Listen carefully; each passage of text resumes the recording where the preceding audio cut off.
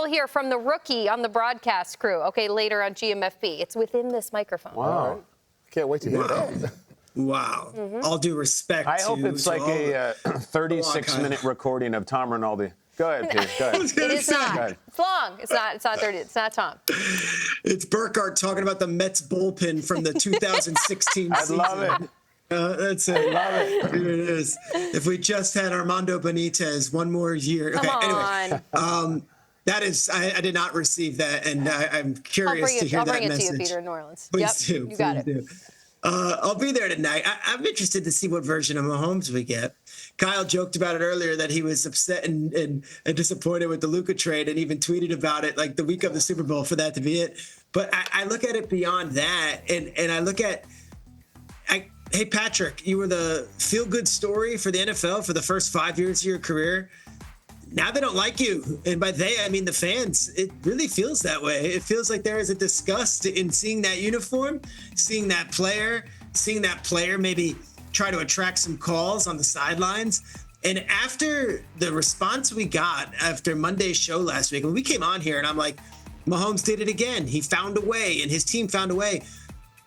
We got such vitriol back from not only Bills fans, but like just casual fans. Are you guys blind? The refs didn't give them the fourth down. The refs did the league scripted. There's like, what an insult to Patrick Mahomes that you think the league is scripting it and all of his accomplishments and all the things he's done. And now he's on the precipice of being the first NFL quarterback ever to win 3 straight Super Bowls as a starter. And you want to talk about the refs and conspiracy theories about the league office at Park Avenue having a Taylor Swift, a magnet and attention. It's just, it's almost disgraceful with how that takes away from what this team has done.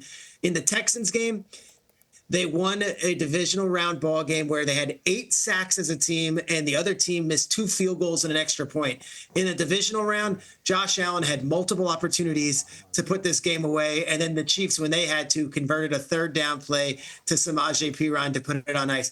Patrick Mahomes, when you are treated like this pariah by most NFL fans, despite doing everything right and doing everything straight and narrow your entire career, both on the field and off, how does that feel going into the Super Bowl? That's the guy I want to speak with, and I will tonight. Peter, I'm on the same note as you. And I would just say, if you're someone who said, oh, they get a lot of calls, fine.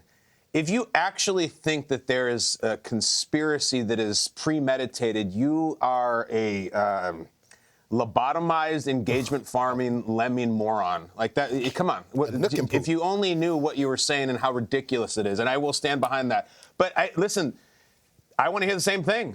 We've already heard Mahomes get asked about officiating, get asked about getting the calls, and I think that there will probably be journalists among the yahoos there tonight just asking direct questions about this and that, about him flopping, about him late sliding.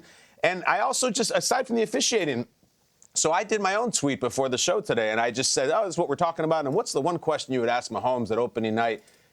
The replies were not friendly, guys. They were not friendly replies whatsoever. And take the officiating out of it, I just think, like, it's so interesting what Peter's saying, like, the black hat factor, the villain factor, the evil empire, whatever you want to call it.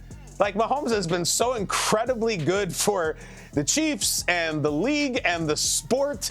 And he has been through so many things of doubting and overcoming. And then he's had a lot of things going around him personally that are unsavory at best. And he is always the rock solid guy through everything and says the right thing and acts the right way. And just now he's looked at as, oh, man, I hate Mahomes. I'm rooting against him. Not by everybody. And certainly not even by the majority, by probably a vocal minority. Patrick, as someone who has always played the game the right way and said the right thing, do you embrace that? Do you think it's cool to be the bad guys? I mean, listen, we all saw LeBron when he was on the Heat and they joined up, that they were looked at as this alleged team of villains. Do you like that? Or is there pushback against it about, no, come on, we're good guys playing the game the right way? I know he's going to have his answer, and it's going to be kind of unsatisfying because he's not looking to satisfy the media as he shouldn't be. But I would like to hear him just from a person who's done everything right. What is it like hearing and seeing fans who have nothing to do with the Chiefs wanting you to get everything wrong? And I hope that doesn't become the story of this game, because it should be a three-peat or a cool upset. But it's pretty unusual, and it is what a lot of people are talking about. And I'd like to hear what he has to say about it. Yeah, I'd like to hear what he has to say about that. You know, even with that super team you're talking about referencing in Miami, that super team, I think people were just like, hey, you know, everyone wants to operate in this idea of parity. And I look at what the Kansas City Chiefs are doing.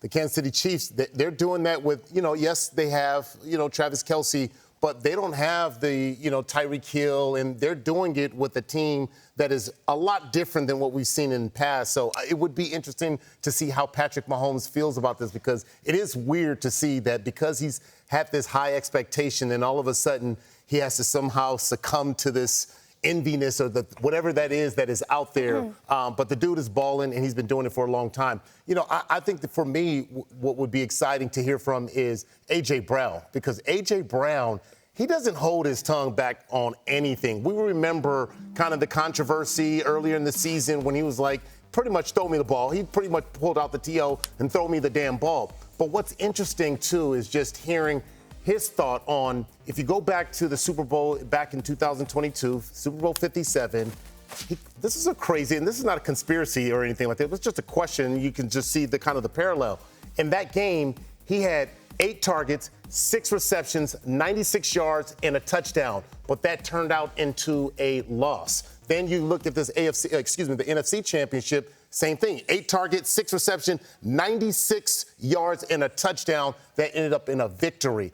And the biggest difference, obviously, is the run game and what that run game has meant to him. So what does that production look like in this Super Bowl? It's a totally different team, totally different outcome. But we know for sure once he gets going and that run game gets going, it's going to be hard for that Kansas City Chiefs team to respond to that, because that's a lethal combination. Okay, so 2 of you want to hear from Patrick Mahomes. You want to hear from A.J. Brown. Yep. Peter, does the Super Bowl broadcast crew speak at opening night? Just a quick curiosity. No, they're not here. I don't think they're going to be doing anything. They do a separate Fox press conference where you can interview all of them, and they're going to have podiums. But that'll be later this week. I believe that'll be Wednesday or Thursday afternoon. And then you can grill Brady on Mahomes and everything else that comes with it, because that is a real storyline that Mahomes is going to be going for this thing.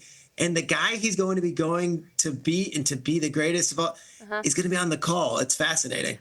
Well, since we're not going to hear from them from Wednesday, I'll do my microphone now. I'm going to change course. Here we go. Ready? This is from the Fox crew. They sent it to us again. Let me think about this. Here we go. Ready? Here we go. Tom Brady here, rookie member of the Fox NFL broadcast team. I couldn't be more excited to join Kevin, Aaron, and Tom to call my first Super Bowl from the Superdome. Come to think of it, the big game and I have some pretty good memories together down in New Orleans. Our team has been hard at work all season long, and it seems like just yesterday I picked up a mic for my first game. But now, the Super Bowl is upon us and our Fox crew is ready.